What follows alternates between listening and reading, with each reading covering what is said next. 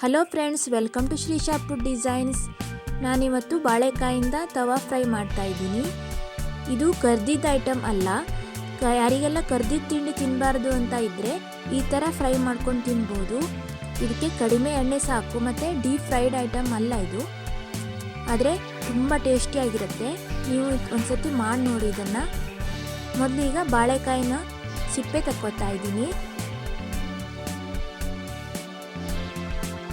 ನೋಡಿ, 3 ಬಾಳೆಕಾಯಿನ ಸಿಪ್ಪೆ ತಕ್ಕೊಂಡಿದ್ದೀನಿ. ಈಗ ಇದನ್ನು ಸ್ಲೈಸಸ್ ಮಾಡ್ಕೊತಾ ಇದ್ದೀನಿ.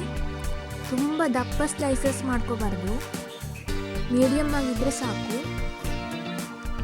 ತುಂಬ ದಪ್ಪ ಆದರೆ ಅದು ಒಳಗಡೆ ಬೇಯೋದಿಲ್ಲ. ಆಮೇಲೆ ಹೆಚ್ಚಿರೋ ಬಾಳೆಕಾಯಿನೆಲ್ಲ ನೀರಿಗೆ ಹಾಕ್ಕೊಳ್ಬೇಕು, ಇಲ್ಲಾಂದರೆ ಅದು ಕಪ್ಪು ಬಣ್ಣ ಆಗಿಬಿಡುತ್ತೆ. ನೋಡಿ, ಹೆಚ್ಚಾಗಿದೆ. ಈಗ 2 ಕಪ್ ರವೆನ ವಾಶ್ ಮಾಡ್ಕೊತಾ ಇದ್ದೀನಿ. ಇದನ್ನು ನೆನೆಸಿಡೋದೆಲ್ಲ ಬೇಡ, ಜಸ್ಟ್ ನೀರು ಹಾಕಿ ವಾಶ್ ಮಾಡಿದರೆ ಸಾಕು. ವಾಶ್ ಮಾಡಿ ನೀರನ್ನೆಲ್ಲ ತೆಗೆದುಬಿಡಬೇಕು. ನೀವು ಸೂಜಿ ರವೆ, ಬನ್ಸಿ ರವೆ ಅಥವಾ ಉಪ್ಪಿಟ್ಟು ರವೆ, ಯಾವ ರವಾದಿಂದ ಬೇಕಾದರೂ ಇದನ್ನು ಮಾಡ್ಕೋಬೋದು. ನೀರನ್ನೆಲ್ಲ ತೆಗೆದಿದ್ದೀನಿ. ಈಗ ಒಂದು ಮಿಕ್ಸಿ ಜಾರಲ್ಲಿ ಒಂದು 8ರಿಂದ 10 ಒಣಮೆಣಸನ್ನು ಕಟ್ ಮಾಡಿ ಹಾಕ್ಕೊಳ್ತಾ ಇದ್ದೀನಿ. ಈಗ ರುಚಿಗೆ ಒಂದು ಹಸಿರು ಮೆಣಸನ್ನು ಕಟ್ ಮಾಡಿ ಹಾಕ್ಕೊಳ್ತಾ ಇದ್ದೀನಿ. ಕರಿಬೇವಿನ ಸೊಪ್ಪು ಒಂದು 8 ಎಲೆ, ಕೊತ್ತಂಬರಿ ಸೊಪ್ಪು ಸ್ವಲ್ಪ, 1 ಸ್ಪೂನಷ್ಟು ಕೊತ್ತಂಬರಿ ಬೀಜ, ಅರ್ಧ ಸ್ಪೂನಷ್ಟು ಜೀರಿಗೆ, 1 ಸ್ಪೂನಷ್ಟು ಕಾಳು, ಮತ್ತು ಈಗ ತೊಳೆದಿಟ್ಟಿರೋ ರವಾನ ಸ್ವಲ್ಪ ಇದಕ್ಕೆ ಮಿಕ್ಸ್ ಮಾಡ್ಕೊಳ್ತಾ ಇದ್ದೀನಿ. ಈಗ ಇದನ್ನೆಲ್ಲ ಗ್ರೈಂಡ್ ಮಾಡಬೇಕು. ಹಿಂಗನ್ನು ಸ್ವಲ್ಪ ಸೇರಿಸ್ಕೊಳ್ಬೇಕು, ನುಣ್ಣಗೆ ರುಬ್ಕೊಳ್ಳಿ. ಈಗ ಗ್ರೈಂಡ್ ಮಾಡಿ ಆಗಿದೆ. ಈ ಗ್ರೈಂಡ್ ಮಾಡಿರೋ ಮಿಕ್ಸ್ಚರ್ನ ರವೆ ತೊಳೆದಿಟ್ಟಿದ್ರಲ್ಲ ಅದಕ್ಕೆ ಸೇರಿಸ್ಕೊಳ್ಬೇಕು.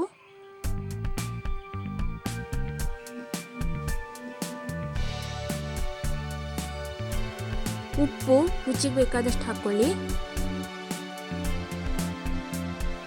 ಖಾರದ ಪುಡಿ 1 ಸ್ಪೂನಷ್ಟು ಸೇರಿಸ್ಕೊತಾ ಇದ್ದೀನಿ.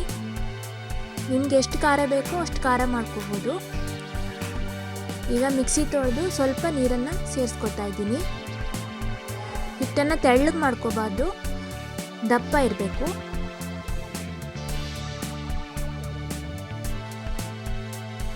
ನೋಡಿ, ಇಷ್ಟು ದಪ್ಪ ಇದ್ರೆ ಸಾಕು. ಈಗ ಬಾಳೆಕಾಯಿ ಹೆಚ್ಚಿಟ್ಟಿದ್ನೆಲ್ಲ ಅದನ್ನೆಲ್ಲ ಇದಕ್ಕೆ ಮಿಕ್ಸ್ ಮಾಡ್ಕೊತಾ ಇದ್ದೀನಿ. ನಾನು ಇಲ್ಲಿ ಆನ್ ಬಾಳೆಕಾಯಿ ತಗೊಂಡಿದ್ದೀನಿ. ಬೇರೆ ಮೆಟ್ಗ ಅಥವಾ ಇನ್ಯಾವುದೇ ಬಾಳೆಕಾಯಿ ತಗೊಂಡ್ರೆ ಅಷ್ಟು ಚೆನ್ನಾಗಿ ಒಳಗಡೆ ಬೇಯಲ್ಲ. ಆನ್ ಬಾಳೆಕಾಯಿ ಆದರೆ ಬೇಗ ಒಳಗಡೆ ಸರಿಯಾಗಿ ಬೇಯುತ್ತೆ. ಹಾಗಾಗಿ ಆನ್ ಬಾಳೆಕಾಯಿನ ತಗೊಂಡಿದ್ದೀನಿ. ಈಗ ಕಾವಲಿನ ಕಾಯೋಕಿಡ್ತಾ ಇದ್ದೀನಿ. ಕಾವಲಿ ಕಾದ್ಮೇಲೆ ಇದಕ್ಕೆ ಚೆನ್ನಾಗಿ ಎಣ್ಣೆ ಹಚ್ಕೊಳ್ಬೇಕು. ಹೀಗೆ 2 ಕಡೆ ಸರಿಯಾಗಿ ಹಿಟ್ಟು ಹಿಡ್ಕೊಂಡಿರಬೇಕು. ಸ್ವಲ್ಪ ದೂರ ಹಚ್ಕೊಳ್ಬೇಕು, ಇಲ್ಲಾಂದರೆ ಆಮೇಲೆ ತೆಗಿಲಿಕ್ಕೆ ಕಷ್ಟ ಆಗುತ್ತೆ. ನೋಡಿ, 2 ಕಡೆ ಸರಿಯಾಗಿ ಹಿಟ್ಟು ಅಂಟ್ಕೊಂಡಿರಬೇಕು. ಈಗ ಇದಕ್ಕೆ ಎಣ್ಣೆ ಹಾಕ್ತಾ ಇದ್ದೀನಿ. ಸ್ವಲ್ಪ ಜಾಸ್ತಿ ಎಣ್ಣೆ ಹಾಕಿದ್ರೆ ಒಳಗಡೆ ಚೆನ್ನಾಗಿ ಬೇಯುತ್ತೆ. ಸಣ್ಣ ಉರಿನಲ್ಲಿ ಇದನ್ನು 2 ಕಡೆ ಚೆನ್ನಾಗಿ ಬೇಯಿಸಬೇಕು. ಇದು ಸ್ವಲ್ಪ ಟೈಮ್ ತಗೊಳುತ್ತೆ ಬೇಯಲಿಕ್ಕೆ.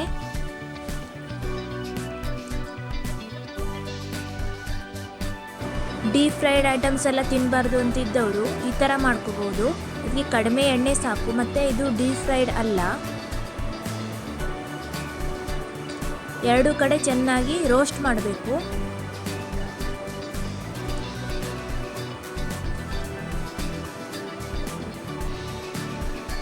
ಎರಡು ಕಡೆನೂ ಎಣ್ಣೆ ಹಾಕಬೇಕು.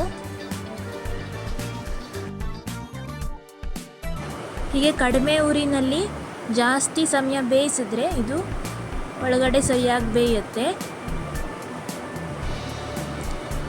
ಮತ್ತು ಇದ್ರ ಟೇಸ್ಟ್ ಅಂತೂ ಸಖತ್ತಾಗಿರುತ್ತೆ. ನೀವು ಇದೇ ಥರ ಬೇರಲಸಿನಕಾಯಿಂದನೂ ಮಾಡ್ಕೋಬಹುದು. ನನಗಿಲ್ಲಿ ಬೇರಲಸಿನಕಾಯಿ ಸಿಕ್ಕಿಲ್ಲ, ಅದರಿಂದ ನಾನು ಬಾಳೆಕಾಯಿಂದ ಮಾಡ್ತಾಯಿದ್ದೀನಿ. ಬಾಳೆಕಾಯಿಂದು ತುಂಬ ಟೇಸ್ಟಿಯಾಗಿ ಇರುತ್ತೆ. ಇದನ್ನು ಮಳೆಗಾಲದಲ್ಲಿ ಬಿಸಿ ಬಿಸಿ ಇರುವಾಗಲೇ ತಿಂತಾಯಿದ್ರೆ ತಿಂತಾನೆ ಇರಬೇಕು ಅಂತ ಅನಿಸುತ್ತೆ. ನೋಡಿ, ಇದು ಎರಡು ಕಡೆ ರೋಸ್ಟ್ ಆಗಿದೆ. ಸ್ವಲ್ಪ ಕಪ್ಪು ಬಣ್ಣ ಬಂದರೆ ಒಳಗಡೆ ಬೆಂದಿರುತ್ತೆ ಅಂತ ಅರ್ಥ. ನೋಡಿದ್ರಲ್ಲ ಬಾಳೆಕಾಯಿ ಫ್ರೈ ಹೇಗೆ ಮಾಡೋದು ಅಂತ. ನೀವು ಇದನ್ನು ಮನೇಲಿ ಮಾಡಿ ಹೇಗಾಗಿದೆ ಅಂತ ನಮಗೆ ತಿಳಿಸಿ. Thank you for watching.